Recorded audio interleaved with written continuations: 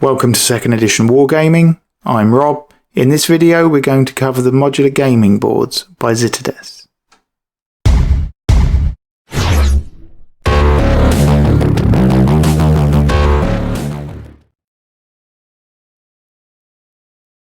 So this is an update to my previous video about these boards.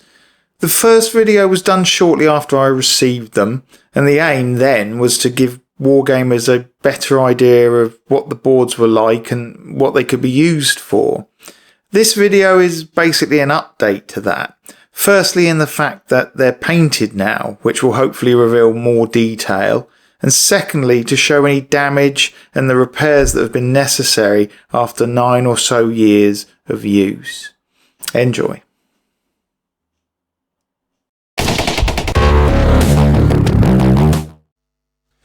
Okay, so these are the three board types that Ziterdes do. As you can see, this is a sort of junction, crossroads, with some raised paving areas there. I'll try and show you the thickness of the board there. It's not very thick at all, doesn't have much height on the table. You can see that the pavements are slightly raised there, which is a nice effect.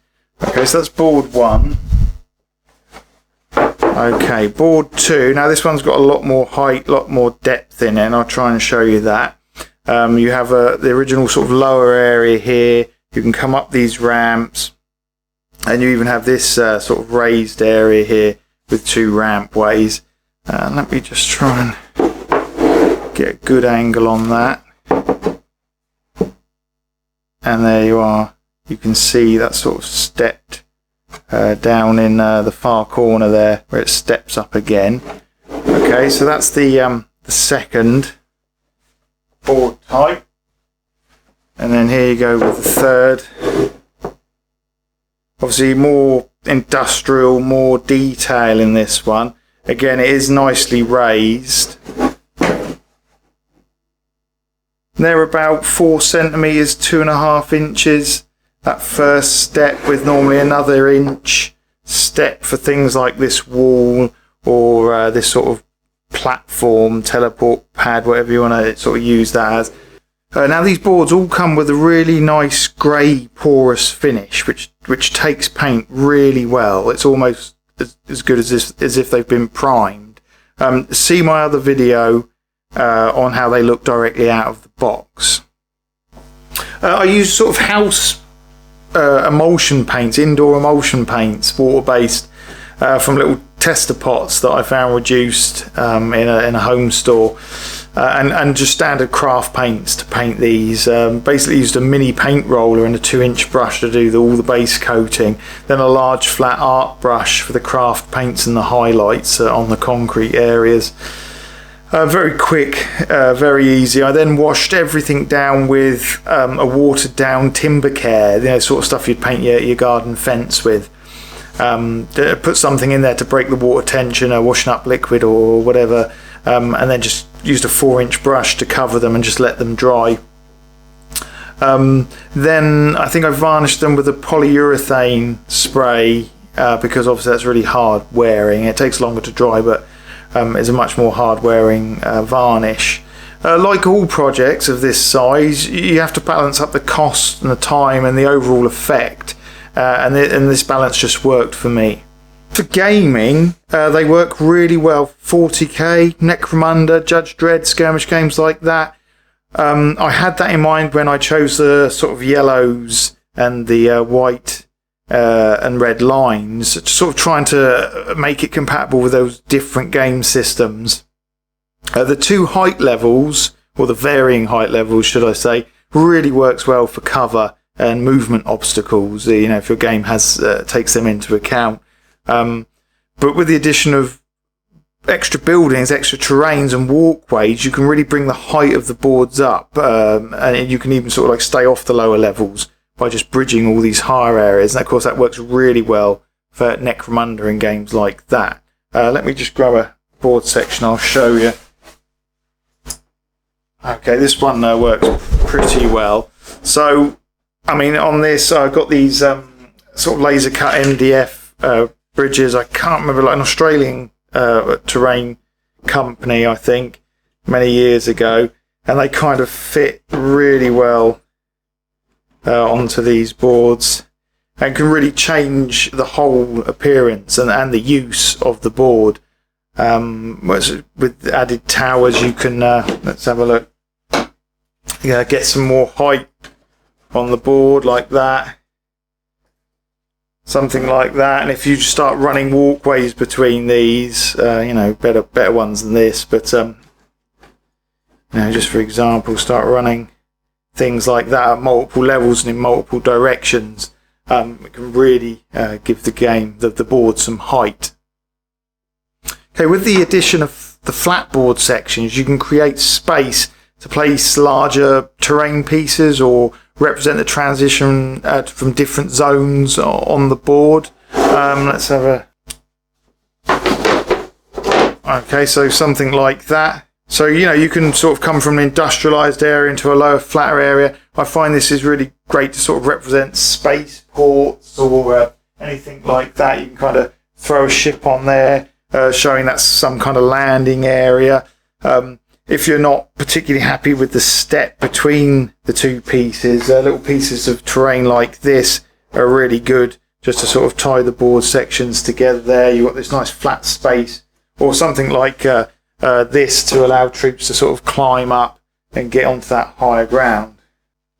Also, should you wish to stick anything to these sort of flat faces here, it's thin enough really for a good strong magnet to have an effect. So you can always sort of produce details that you can have magnetized to these or whatever, so you can remove them as you sort of change the board around. I haven't done any of that yet, but it's definitely an option. Right, on to durability. To be fair, until about 8 months ago, they were stored leaning up against the table and around the gaming table, and so they've been kicked and caught by countless feet over the years. This factor, I believe, is the biggest reason that some of the corners have split on these higher pieces. Except for the flat sections, there's not really enough to damage there. You'd have to really jump up and down on it to damage that. But these higher pieces, some of the corners have split. I just put it down to bad storage by myself, being in the way. Not putting them out the way, not storing them correctly. Let's see if we can find one of the split corners. Okay, on that piece. Here we go. On this one.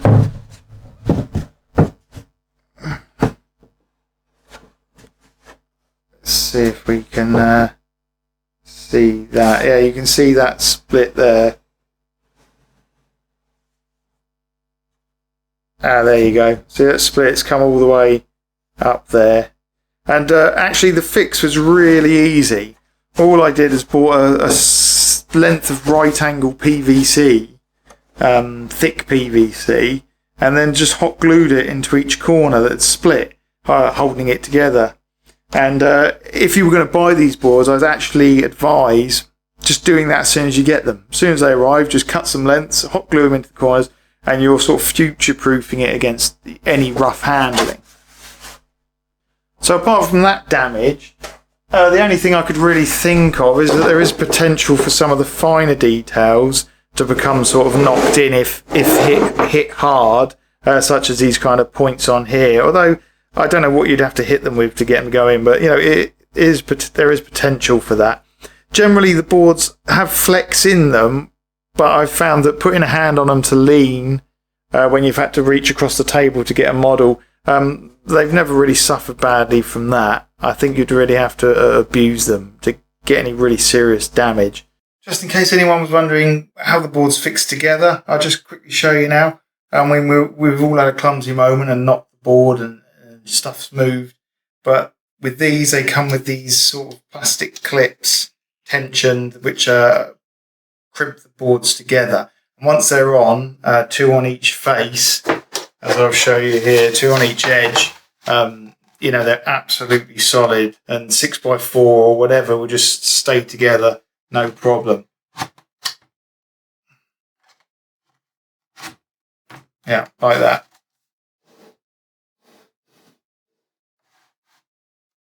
In conclusion, they're a great board to game over, and for home use, and if correctly stored, will provide a lifetime of gaming.